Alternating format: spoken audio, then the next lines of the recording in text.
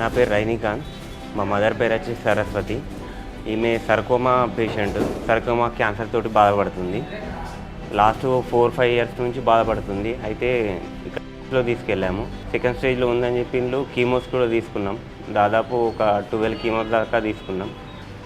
Daily చూసినా కొద్దీ ఆమె వీక్ అయిపోతుంది. అసలు ఆమె పని కూడా ఆమె చేసుకోలేకపోతుందని యూట్యూబ్ చూశాను. ఇట్లా పునర్జన్ హాస్పిటల్ అని చూశాను. మా ఫ్రెండ్ వాళ్ళు కూడా ఇక్కడికి వచ్చారు.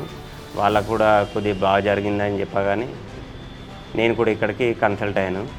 ఈ సెకండ్ టైంలో కూడా ఫస్ట్ మంత్ నుంచి కూడా మా మదర్ కొద్దిగా ఆరోగ్యం కూడా బాగానే ఉంది. ఫుడ్ కూడా బాగానే తీసుకుంటున్నారు.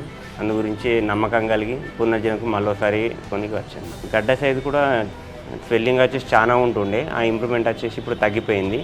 మామూలుగా బాడీ పెయిన్స్ ఉన్నాయి. ఆ బాడీ పెయిన్స్ కూడా మేబీ తగ్గుతాయి కావచ్చు. అందు గురించి సెకండ్ టైం ఇక్కడ సర్కోమా వచ్చేసి మామూలుగా ఈమెకు ఫస్ట్ టీబీ నుంచి స్టార్ట్ అయింది. టీబీ కోర్సు తీసుకున్నాము. 6 మంత్స్ కోర్సు తీసుకున్న తర్వాత కూడా అసలు టీబీ తగ్గిపోయింది. బయాప్సీ చేశారు. బయాప్సీలో వచ్చేసి సర్కోమా అని వెళ్ళింది. సర్కోమా వచ్చేసి మామూలుగా ఇక్కడ లింఫ్ నోట్స్లో ఉందని చెప్పిండ్రు. ఆ లింఫ్ నోట్స్ నుంచి టోటల్ బాడీ మొత్తం స్ప్రెడ్ అయింది. మేబీ ఇది 3rd or 4th స్టేజ్లో కావచ్చు అన్నట్లు చెప్పారు.